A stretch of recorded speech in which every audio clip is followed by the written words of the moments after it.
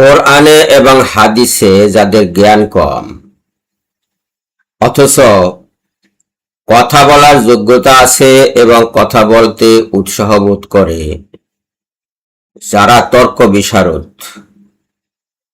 তারা অনেকেই আজকাল প্রশ্ন করে যে হযরত আবু হুরায়রা রাদিয়াল্লাহু তাআলা আনহু এর হাদিসের বিশ্বাসযোগ্যতা কি।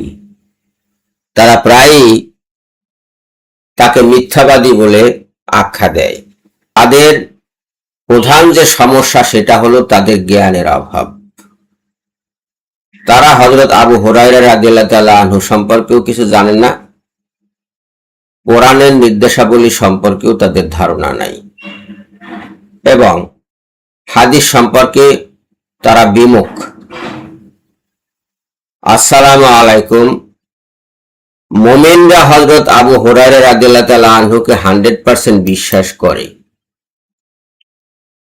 কারণ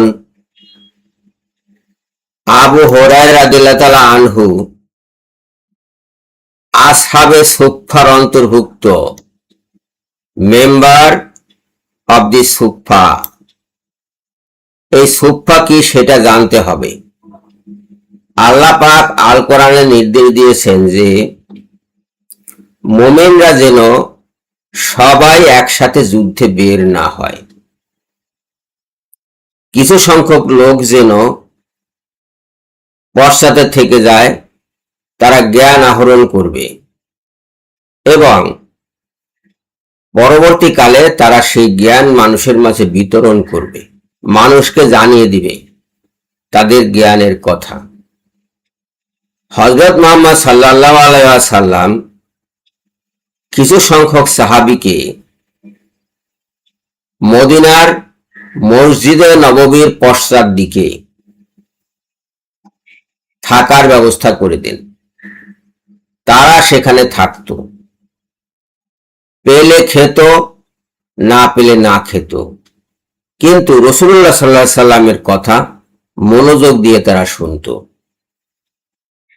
মসজিদে নববী থেকে তারা খুব একটা বাইরে যেত না, বিশেষ প্রয়োজন ছাড়া, প্রাকৃতিক প্রয়োজন ছাড়া তারা সাধারণত বাইরে যেত না, ওই মসজিদে নববীতেই থাকত।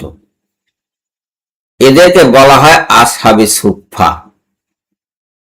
এরা জ্ঞান আহরণ করতেন, যেমন কোরআন পাঠ করতেন দিনরাত, তেমনি হযরত মুহাম্মদ সাল্লাল্লাহু আলাইহি সাল্লাম যখন যা বলতেন তা তারা শুনতেন এবং মুখস্থ করে রাখতেন, এবং সাহাবীদের মাঝে এবং অন্যান্য মানুষের মাঝে সেই জ্ঞান তারা অনবরত বিতরণ করতেন।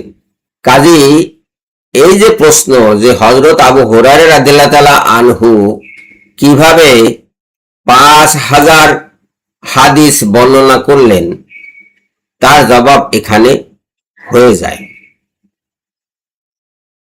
আর হযরত মুহাম্মদ সাল্লাল্লাহু আলাইহি সাল্লাম তার প্রতি স্পেশাল রহমত করেছিলেন আল্লাহর তরফ থেকে। কিভাবে? হযরত আবু হুরায়রা রাদিয়াল্লাহু তাআলা আনহু একবার বলেন যে, হে আল্লাহর রাসূল, আমি আপনার সব কথা মনে রাখতে চাই এবং মানুষের মাঝে এই জ্ঞান বিতরণ করতে চাই, কিন্তু আমি মনে রাখতে পারি না, কিছু কিছু ভুলে যাই। মুহাম্মদ সাল্লাল্লাহু আলাইহি সাল্লাম তাকে বললেন যে তোমার চাদর বিছাও। হযরত আবু হুরায়রা রাদিয়াল্লাহু তাআলা আনহু তার চাদর বিছালেন।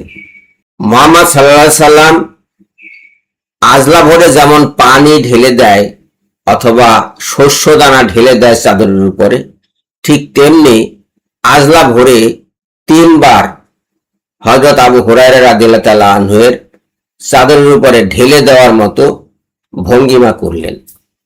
তারপর বললেন যে উঠাও তোমার চাদর এবং বুকে ঠেকাও। হযরত আবু হুরায়রা রাদিয়াল্লাহু তাআলা আনহু চাদরটি উঠালেন এবং তার বুকে ঠেকালেন। হযরত আবু হুরায়রা রাদিয়াল্লাহু তাআলা আনহু এর বর্ণনা মতে ওই ঘটনার পর থেকে তিনি আর কখনো মুহাম্মদ সাল্লাল্লাহু আলাইহি সাল্লামের কোনো কথা ভোলেননি। যখন যা বলা হয়েছে তখনই তা তিনি অন্তরে গেঁথে নিয়েছেন আর সেটাই তিনি প্রচার করেছেন। আমি জানি যে অবিশ্বাসীরা এইখানেই প্রশ্ন তুলবে যে এই যে চাদরের ঘটনা, এটা কতটা বিশ্বাসযোগ্য। মুমিনের কাছে 100%, আপনার কাছে মোটেই না। Who are you to ask this? আপনি তো আমার দলেরই না, আপনি মোমেনদের দলেরই না, কাজে আপনার কথায় আমার কিছু আসে যায় না, আপনার প্রশ্নেও আমার কিছু আসে যায় না। আপনি তো আসহাবে সুফফা মানবেন না, আপনি মোহাম্মদ সাল্লাল্লাহু সাল্লামকেই একসময় অস্বীকার করে বসবেন। এটা তো আপনার শুরু, তার সাহাবীকে অস্বীকার করা দিয়ে আপনার শুরু। কাজে আপনার সাথে আমার কোনো বাতচিত নাই। হযরত আবু হুরায়রা রাদিয়াল্লাহু তাআলা আনহু-এর পক্ষ থেকে ঝর্ণা ধারার মতো, ঠিক এই যে ঝর্ণাটি এখান থেকে বয়ে আসছে, সেই ঝর্ণা ধারার মতো জ্ঞান বয়ে মুসলমানদের মাঝে ছড়িয়ে পড়েছে।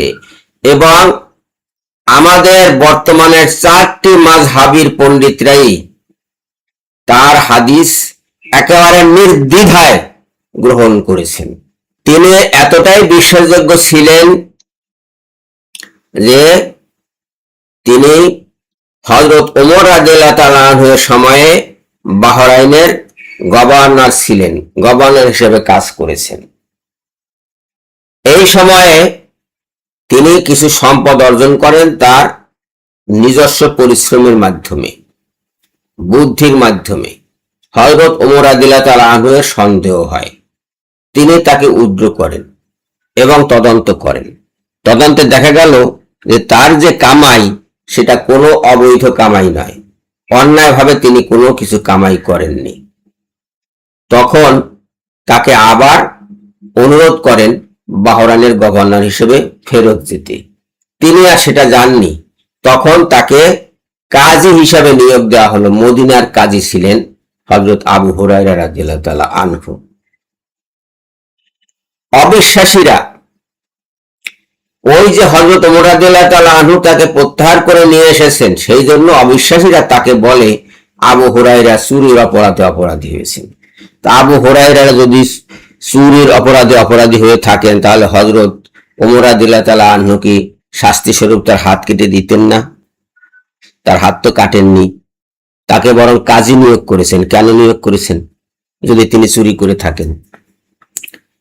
অবিশ্বাসীরা অনেক কথাই বলে, অবিশ্বাসীদের কথায় কান দিলে চলবে না। মুমিনরা অবিশ্বাসীদের প্রত্যাখ্যান করেই মুমিন, এই কথাটা মনে রাখতে হবে। হযরত আবু হুরায়রা রাদিয়াল্লাহু তাআলা আনহু-এর হাদিসে কোনো ভুল নাই, কোনো মিথ্যা নাই। ভুল অবিশ্বাসীদের অন্তরে, মিথ্যা অবিশ্বাসীদের বচনে। তাদের থেকে আমাদের সতর্ক থাকতে হবে, সাবধান থাকতে হবে।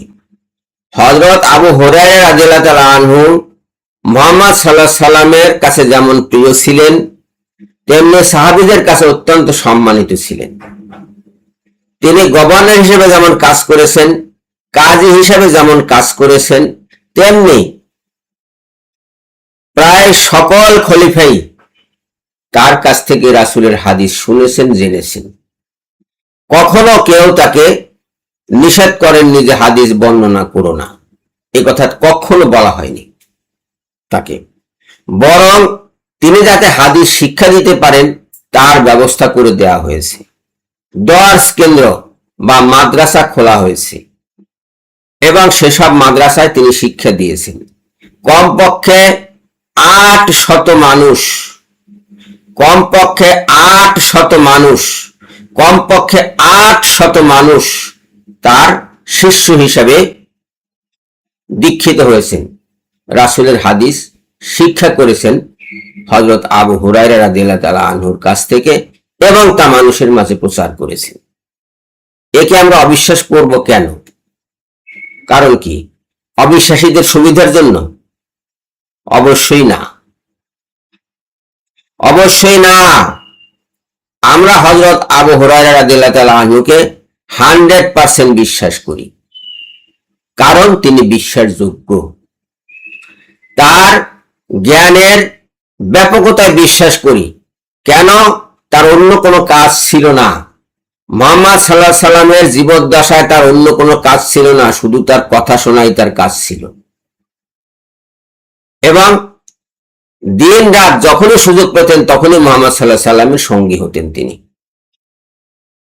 আর সুফায় অবস্থান করতেন।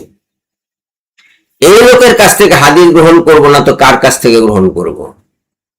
অবিশ্বাসীদের কাছ থেকে কোনো হাদিস নেব না। তারা যাই বলুক না কেন, তারা আমাদের কাছে বাতিলের খাতায়। সবাইকে ধন্যবাদ জানিয়ে এখনকার মতো বিদায় নিচ্ছি। আল্লাহ হাফেজ।